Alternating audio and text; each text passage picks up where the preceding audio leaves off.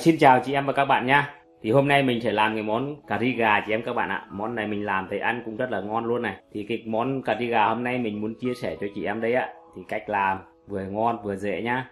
Đặc biệt ăn cái miếng thịt gà nó thơm ngọt mà nó có cái độ dai. Từ khâu chọn nguyên liệu cho đến cách nấu thì mình đã làm ra cái món cà ri vừa thơm vừa ngon, béo nhưng mà là ít ngấy nha chị em các bạn nhá. Lâu lâu mình đổi món, mình làm cái món cà ri cho gia đình thưởng thức cũng rất là tuyệt vời luôn chị em các bạn ạ. Thì bây giờ mình sẽ giới thiệu sơ cái thành phần nguyên liệu để chị em và các bạn tiện theo dõi video nha. Thì cái phần hành, tỏi và gừng này chị em các bạn băm nhỏ cho mình nhá. Nếu nhà mình mà có máy thì mình đem xay cho nó nhanh nha chị em các bạn.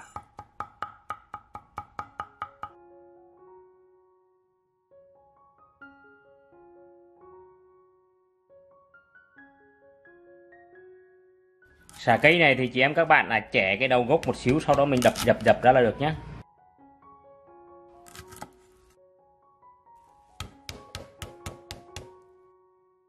Khoai môn với lại khoai lang chị em các bạn cắt cái miếng vuông vuông vừa ăn nhé.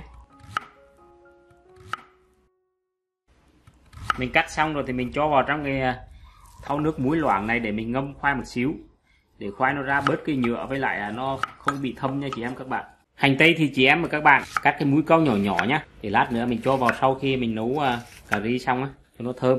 Củ hành tây này hơi to cho nên mình sử dụng nửa củ thôi nha chị em các bạn.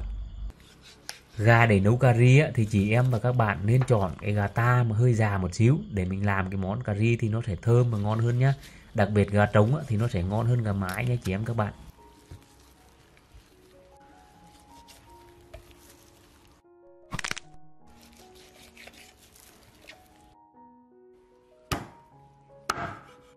Chị em các bạn chặt cái miếng nó hơi bự bự một xíu nhá, để khi mình nấu thì nó teo lại nó vừa chị em các bạn ạ.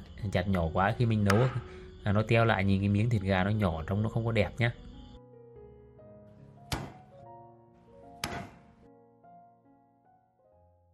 Rồi bây giờ mình sẽ đi ướp một xíu gia vị cho cái phần thịt gà này nha chị em các bạn. Mình cho vào đây một muỗng canh tỏi băm, một muỗng canh hành tím, một thìa cà phê gừng băm, 2 thìa canh nước mắm, một thìa canh hạt nêm, một thìa canh muối, 2 thìa canh đường, một thìa canh dầu hào,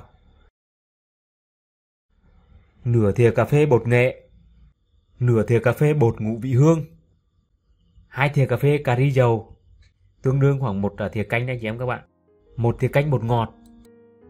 Rồi bây giờ chúng ta dùng tay chúng ta trộn cho cái gia vị nó thấm đều vào trong cái thịt gà này chị em các bạn này.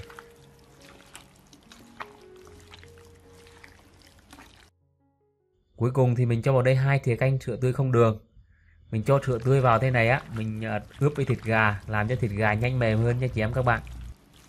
Thì để cái món cà ri gà được ngon hơn thì chị em các bạn mà có thời gian thì mình ướp khoảng mức 1 tiếng đến 2 tiếng đồng hồ. Nhưng hôm nay mình cũng không có thời gian cho nên mình chỉ ướp khoảng 30 phút thôi nha chị em các bạn. Rồi trong khi chờ ướp thịt gà thì mình tranh thủ mình đi chiên cái phần khoai này chị em các bạn nhé. Dầu nóng thì mình sẽ cho khoai vào. Khoai môn và khoai lang này thì chị em các bạn chiên cho nó có cái lớp da ngoài, với lại cho nó cứng cái cạnh lại đó, để khi mình nấu nó không có bị vỡ nát. Với lại cái khoai nó dẻo hơn là được rồi chị em các bạn, không cần phải chiên cho chín hẳn đâu nhé. Để mình chiên như vậy là được rồi chị em các bạn, mình vớt ra nhé.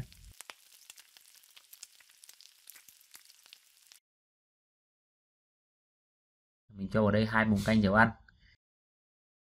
Dầu nóng lên thì mình sẽ cho cái sả vào, mình phi thơm lên.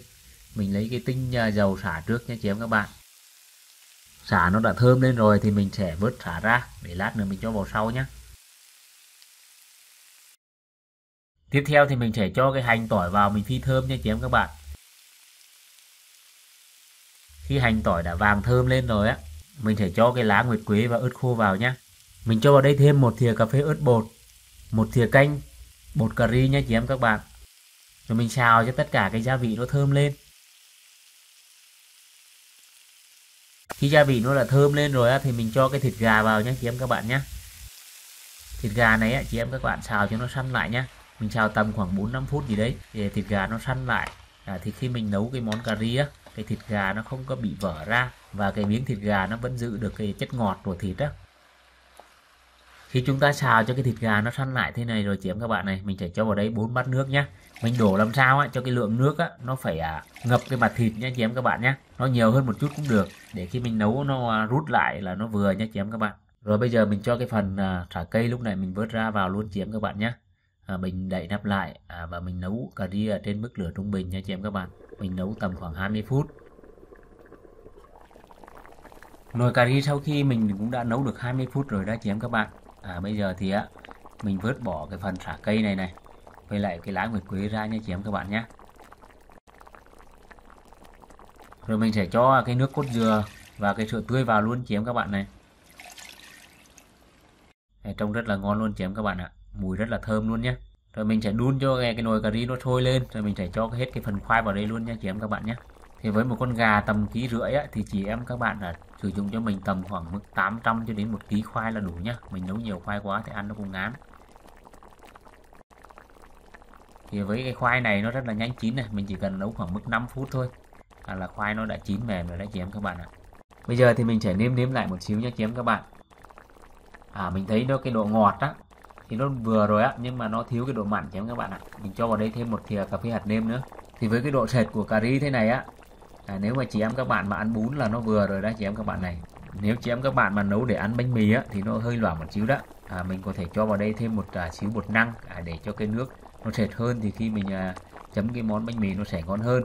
Nhưng mình thấy cho cái bột nước cốt dừa này chị em các bạn này, cho cái bột nước cốt dừa này vào cà ri nó vừa thơm mà nó rất là ngon luôn nhá.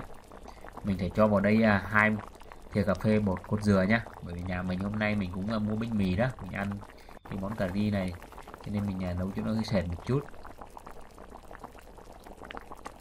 Đây chị em các bạn nhìn thấy không?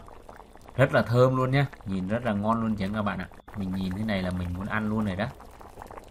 Thì cuối cùng thì mình sẽ rắc cái hành tây vào, rồi mình sẽ múc ra là thưởng thức được rồi đó chị em các bạn ạ. Thì để ăn chung với cái món cà ri hôm nay chị em các bạn này, mình có chuẩn bị ở đây là một ít rau thơm này. Đối với món cà ri chị em các bạn nên mua cái rau quế này với cái rau ngò rỉ này. Ăn cái món cà ri nó rất là hợp luôn nhá. Một chén muối ớt, để lát nữa nếu có nhạt thì mình chấm cái thịt gà luôn nhá. Và cùng một ít bánh mì. Bây giờ mình lấy một cái miếng thịt gà này để mình ăn thử với xem sao nha chị em các bạn nhé. Rồi mời chị em các bạn cùng ăn với mình nhé.